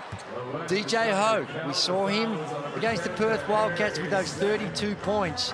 He's one they need more out of. Scoreless in that third period. And they need to do it also by committee. They need little bits and pieces from each of them, as well as a big one from Hogue. Is he the man, Liam? Does everything have to go through DJ Hogue in this last quarter? No doubt. He's been their closer all season. And the issue for him, he has an absolute outstanding defensive player matched up on him. The Taipans have got to do a bit of what they've done here and try to get Xavier Cook switched off DJ Hogue to get him some looks. One on the shot clock for Quoll. They lost track of time. Well, they went to one of their set options. Run a little flex cut, screen the screener action. So the intent was to have Hogue come to the top of the key and let him play off it. But when the ball is not humming, it's a little slower, and you don't get to those destinations as quick as you need to, the play gets blown up. Offensive foul on Kawat Noi, and that will be 4 on him. Meanwhile, the Kings are going to one of their closing actions, where they play through Xavier Cooks. He advances it, little up screen from a guard, see if he can get a switch and go to work. Here is Hogue, guarded by Galloway. He got the ball out of his hands, but Juk Deng tees off. It's short as well. 11 of 28 from outside this afternoon, Cairns. 6 of 18. A lot happening off the ball. Go 10. On Ben Air.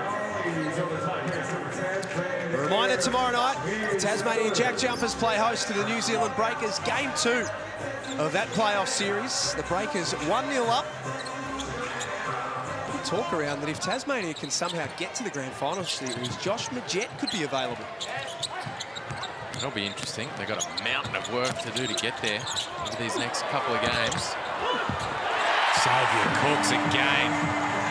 Geez, he's been all sorts of MVP caliber again tonight. 21, and he's 1 rebound off a big double. 23 make that, and 9 boards. And when they needed him most, like that third quarter, he really set the tone. Xavier Cooks wants a 3-second call.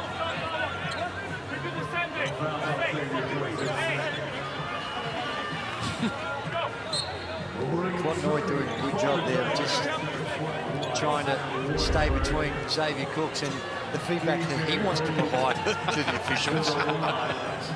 And that's another example of the touch.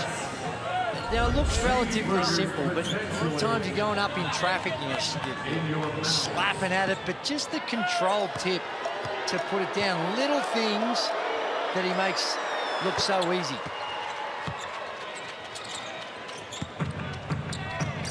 Hope cuts it back to 7. Game 1 of the playoff series. Friday night at the Cairns Convention Centre, Game 2. Cooks takes on 3, just doesn't finish.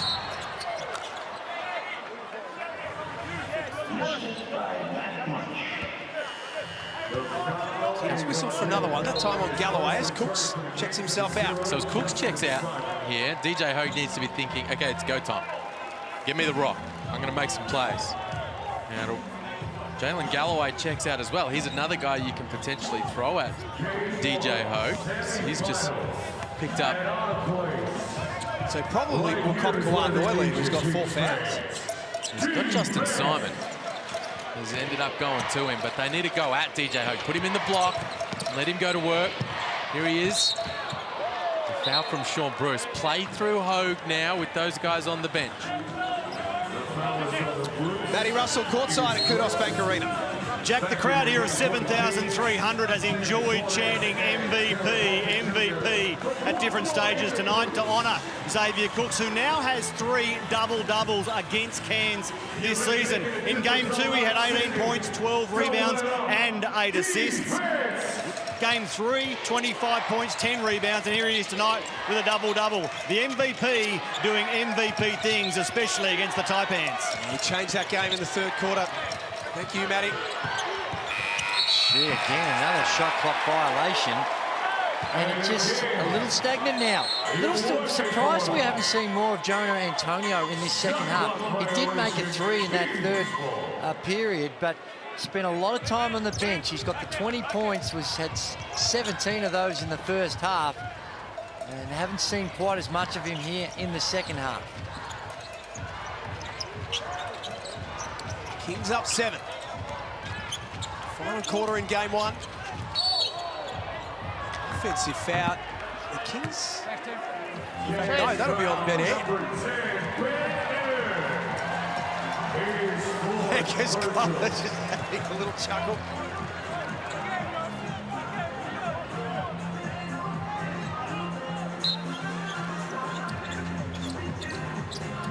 Kings off the inbound.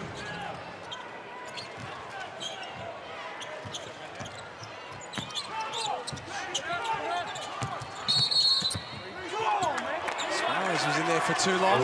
Cairns thought there was a travel in there as well, so either way they get the result.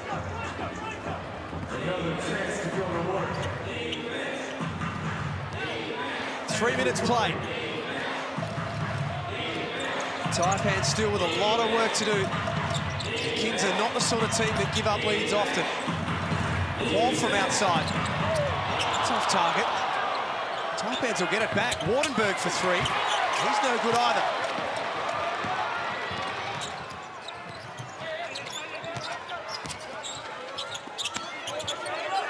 Walton Jr. guarded by Hogue.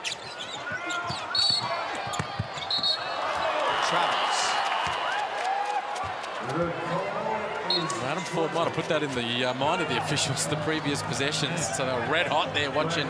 We've seen it twice. Walton Jr. They were complaining about a 3-second violation on Hogue, and instead they come down the other end, and Suarez gets called. Now, there's a travel call there. It was at the start of the dribble, not at the end. And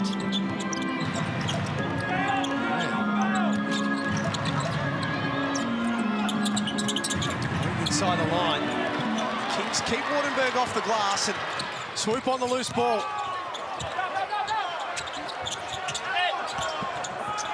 Suarez doesn't get it to go. Say in the second half, does have 12 points. Hogue lays it up. That's 18 now. 5-point game. And they're hanging around, putting that scoreboard pressure on, making sure the Kings have to think about their shots. 79-74 at Kudos Bank Arena. Yes, you know what time it is right now. We're not turning all the way up, let's go. Well, I like the timeout from Chase Buford because definitely the momentum going towards the Taipans. DJ Hogue just starting to feel good, creating some things off the bounce, getting to the cup, as you say, Drew, just starting to do enough to hang around. Oh, my goodness.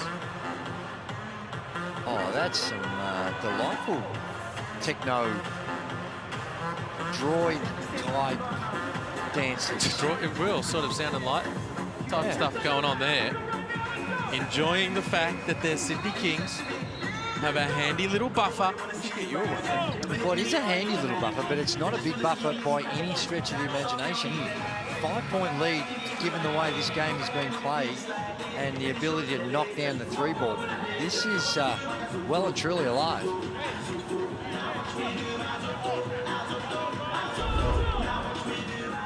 Five minutes, 55 seconds remaining.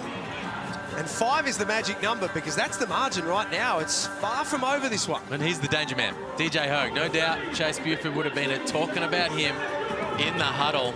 The job for the Kings is for Xavier Cooks to stay attached. The Taipans are going to try to get Cooks switched off Hogue so that he can make plays over and around others. And the Kings need to do what they can to keep Xavier Cooks attached to the danger man, DJ Hogue. Fourth matchup of the season between the teams. Nice knockdown from Walton Jr. Well, he does that so regularly throughout the course of the season. Big moments, he steps up and he can create in a different way for himself or for others. Nice possession for Sydney out of the timeout. Just calm things down a little. Suarez did a great job, except for the end. Used his size. That's the difference when you've got a 6'10" guy guarding Hogue. He just can't step back and stick it in your eye. Here he is here, and Suarez moving his feet. So conscious about the shot, hands up, we're all perfect here.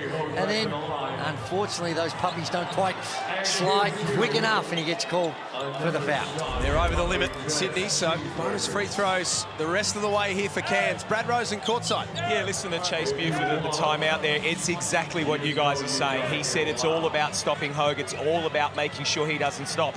In that last possession, you would have seen him with the ball, and it was like 5 guys in a zone, all attacking him. If he puts the ball on the floor, we get it out of his hands and let the other guys win it. If you're the Taipans, I would stop bringing Wardenberg to that ball screen and bring someone smaller. Find who it is that you want switched onto Hogue and make that guy a screener. And the one for me on that is Jonah Antonio. Put him in that on-ball pick and pop. Got to stay attached. You have to stay attached, so it creates a better opportunity for Hogue to get free. Vasilievich into the lane.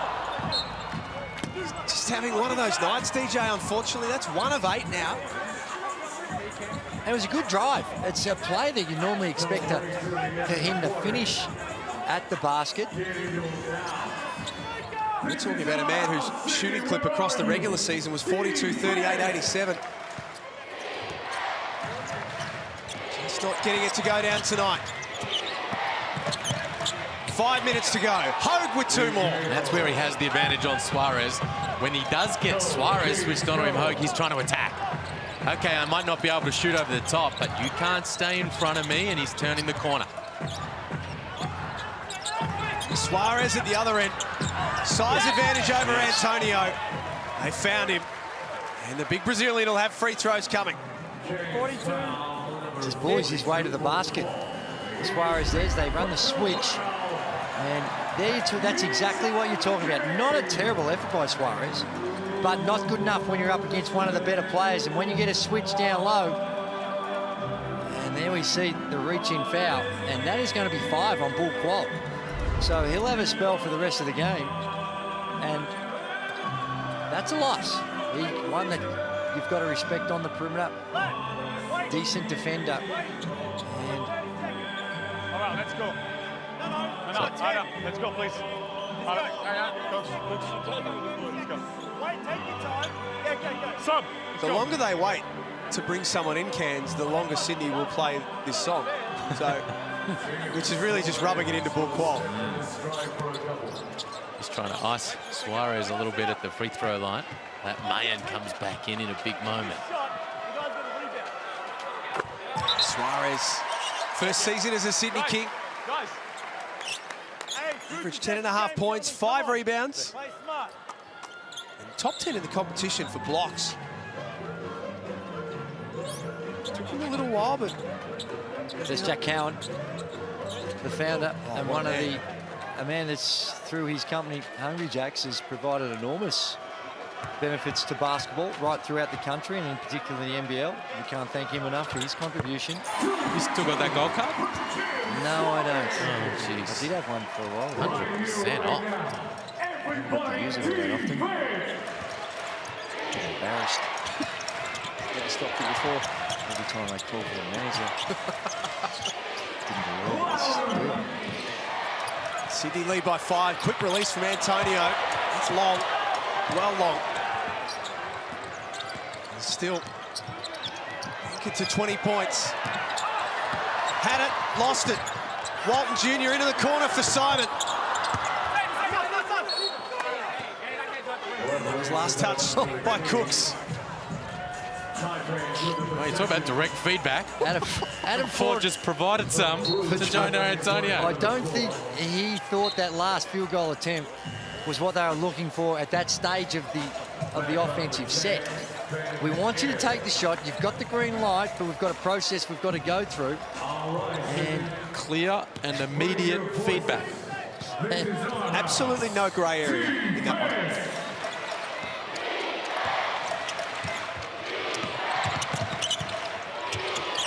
Hogue trying to get busy on Suarez. Wardenberg with the offensive rebound, and he can't score from underneath.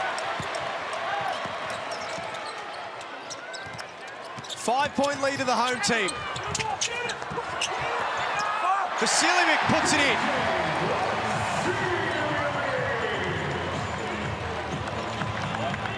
That's a handy lead to have with 3.5 minutes remaining.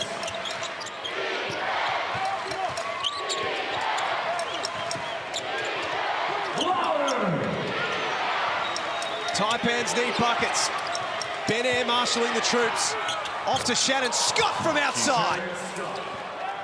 huge make by Scott. Long way out. He gets it a drop. Keeps them in touch. 10 points, 5 rebounds, 7 assists for the Georgia native Shannon Scott. Another, no stranger to big games. Vasiljevic's pass knocked away, but Bruce there to clean it up. And then Walton Jr. with the response. Oh, that's massive. Geez, clock winding down. The Taipans just asking a little question with that Shannon Scott three, and Walton Jr. answers it. There's Scott, lost the ball.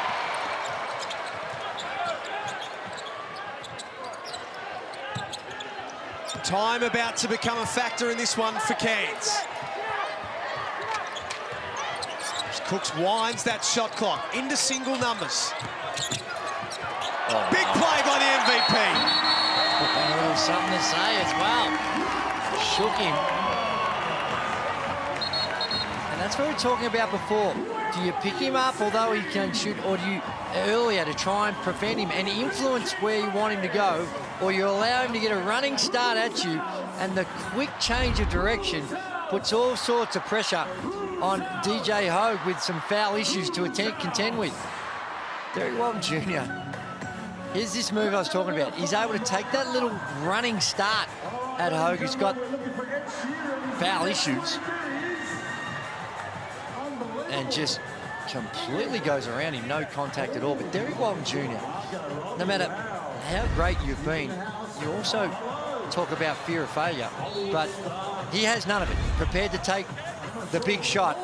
Speaking of big shots, this was our Latrobe financial competition that happened at three-quarter time. All season long we've been telling you about this, and that is Jason Howard, who just drained look at the swagger, a 50K shot. Look at the swagger of Big Jace. That's what I do. Nothing to see here. That's what I do. Just claimed the 50 large. 50K. 50K from Latrobe Finance, and it's got the fans up and about. Real ain't no thing kind of vibe. That's what it's just. I assume he might have had some practice because he would have known that he was shooting for the 50K. Well, he would have put one of the videos in, wouldn't he? That's how you get in. I believe that was the competition. So a couple of reps. We only mention it for 168 games throughout the course of the season. We spoke it into existence. So we should know that he did have to film it. True. And then put it in, and then he got his opportunity. If he can get to the big check bank tonight and cash that bad boy, then Star City is in all sorts of trouble at the completion of this game. You've won the lotto already. There's the Kings owner, Paul Smith. He knows job's not quite done yet. One last hurrah here for the Taipans here in game one. See the damage that was done in that third quarter. 5-second violation. Great defense. Fair to say wasn't great execution. Got a little clumped up. You can see what they were trying to do, a little zoom action. Tried to curl the first cut, but the bump and grind and the physicality of the defense took away that play. Vasiljevic still can't get going. It won't stop him. Taipans through Shannon Scott and one. Really big play. Had to score there, the Snakes. And he's, hold on a sec. Yep. He's come up clutching that right hammy. Well, is it the hammy or you can see? Yep, that's a hammy, all right. Hopefully it's just a cramp. And he's behaving like it's just a cramp. Great drive to the bucket and good finish. Not a lot of contact. Xavier Cooks get calls for the foul. It's down low. It's a little push down low. Not a big push by any stretch, but it was enough to pick up the foul. Cairns without Tajir McCall, who failed a game-time decision tonight with a shoulder injury. No Keanu Pinder as well, so they are light on for troops. Oh, word. And it's a quick turnaround. We're back on Friday for game two. So he's had to check out Shannon Scott, and a bit of pressure in the backcourt from Aaron. He's forced the turnover. Wow. That's great pressure in the backcourt. Matt Russell courtside. Did look like hamstring, didn't it? But the fact that Shannon Scott has come to the courtside bench, sculled a couple of pickle juice jars and headed back on means you're right, it's cramp only. You ever had pickle juice before, Drew? No, I haven't. Not aware of its ability to solve cramp. Massive shot. She's had a good look at it too. Xavier Cooks with rebound number 14 to go with his 25 points.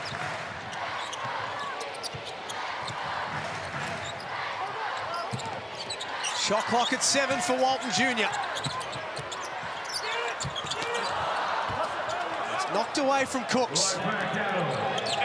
Cairns tick the first box and get a stop. Don't necessarily need a three, but that'll help. Wardenberg might get a push in the back here. That'll be 4 on Cooks. Free throws for the Taipans. It's to cut into the margin with the clock stopped. Shannon Scott now looks as though he's only playing offense. Checks straight out. There he is. That is going to be a story to watch on the way to Friday. Win, lose or draw for Cairns. Well, if it's just a cramp, it could just be warm conditions, and Woodenberg rattles one in. Xavier Cooks has been fantastic. 25 points, 14 boards, and the effort that he has provided on every possession.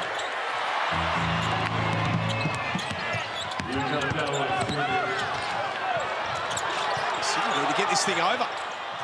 Oh, dear. 1 second. They got 1 second.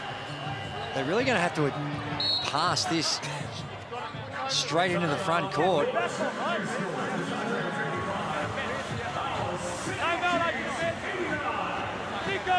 I can advance it, right? They've got a timeout up their sleeve, Sydney. Smart from Chase Buford. Take the timeout, advance the ball, and take any doubt of getting it over inside 8 seconds. Yeah, it's a huge possession coming up. So you want to eliminate the prospect of a turnover.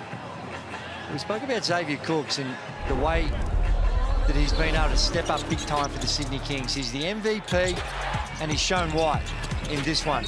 The attack on the rim, the touch around the basket, and the finish.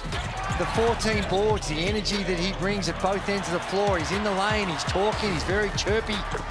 And some of the times, if you just watch him, the times that he's going and attacking the rim to get the boards and he doesn't get it, the effort that he puts in every single time is the reason why he's able to produce numbers like these: 25 points, 14 boards, a couple of helpers along the way. And that is the reason why he's this season's MVP. Yeah, throw a steal and a block in there as well, and that's just the numbers. Now, you look at the impact at the defensive end as well, and look, DJ Hogue has 22 points, but it's at poor efficiency, 40%. He's 1 for 6 from long range.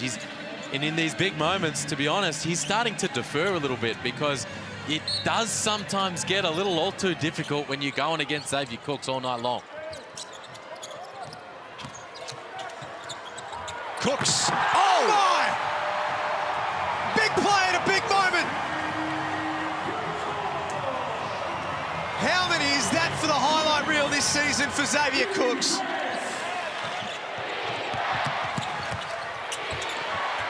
Hogue lays it up at the other end. 4 points the difference.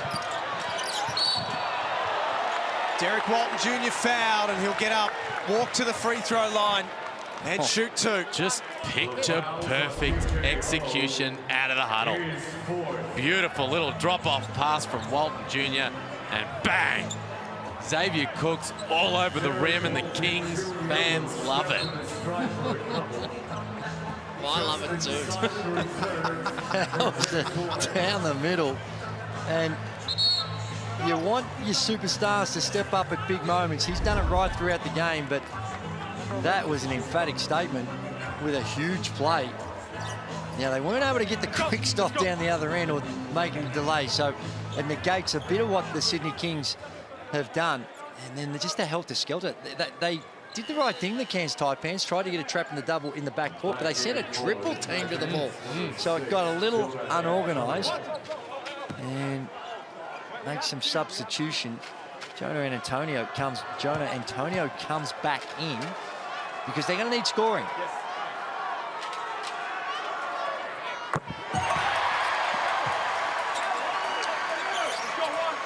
They extend the lead to 5.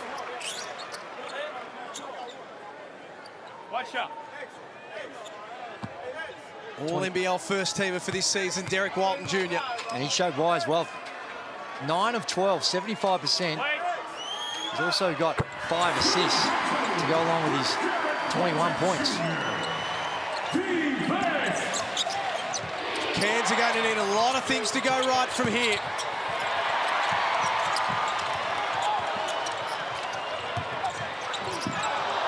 Vasiljevic falls over. Hangs on to it, and he looks as though he might have whacked his head on the court. The former teammate comes up to give him a helping hand. I can't see from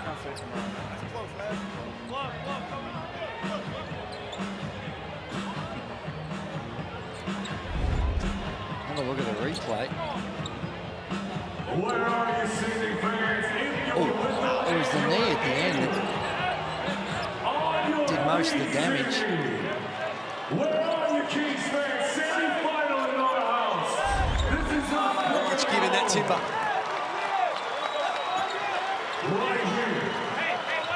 Absolute last chance salute for the visitors. Simply must score off this possession and do it quick.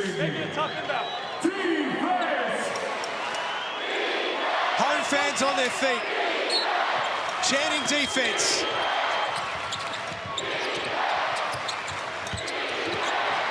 Deng couldn't get the shot away. Air does. Quick foul. The Kings are there. Well, you called it, Jack. That was their last chance. The Taipans, pretty good play, and I thought Majuk Deng had a look, didn't let it fly. And now the Kings are home. They're going to stroll down the other end, Drewy. A chance to add to the margin here and finish off a game-1 victory. Well, that's right, and a hard-earned one as well. They were genuinely tested throughout big parts of these games with an undermanned Cairns Taipans, and take your hat off to Cairns Taipans. They've come in here and taken it right up to the Sydney Kings, and Adam Ford going with that last play went to the Brad Stevens playbook. The old Boston Celtics, where you're throwing it across court and they're trying to get that re-screening action at the top for the 3-ball. Nice looking play, unable to score on it.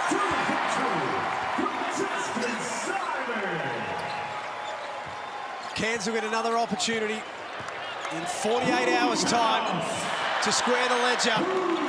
But the Sydney Kings come from 12 down and were staring down the barrel of a game-1 upset.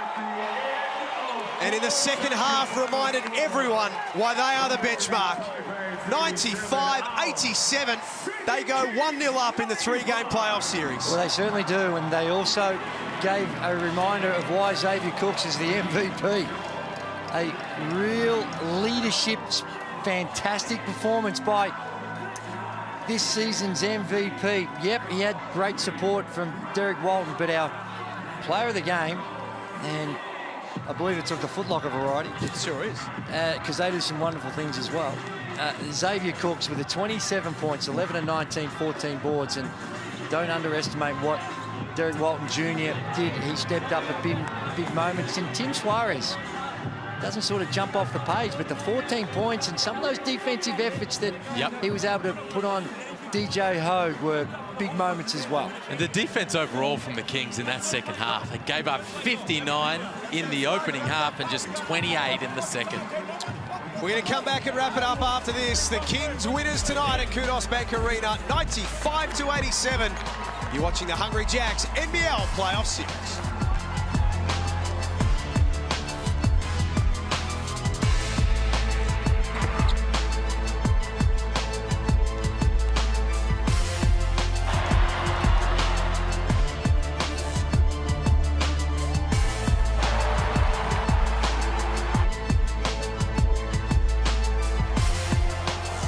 This program is brought to you by Hungry Jacks and Bunnings Warehouse.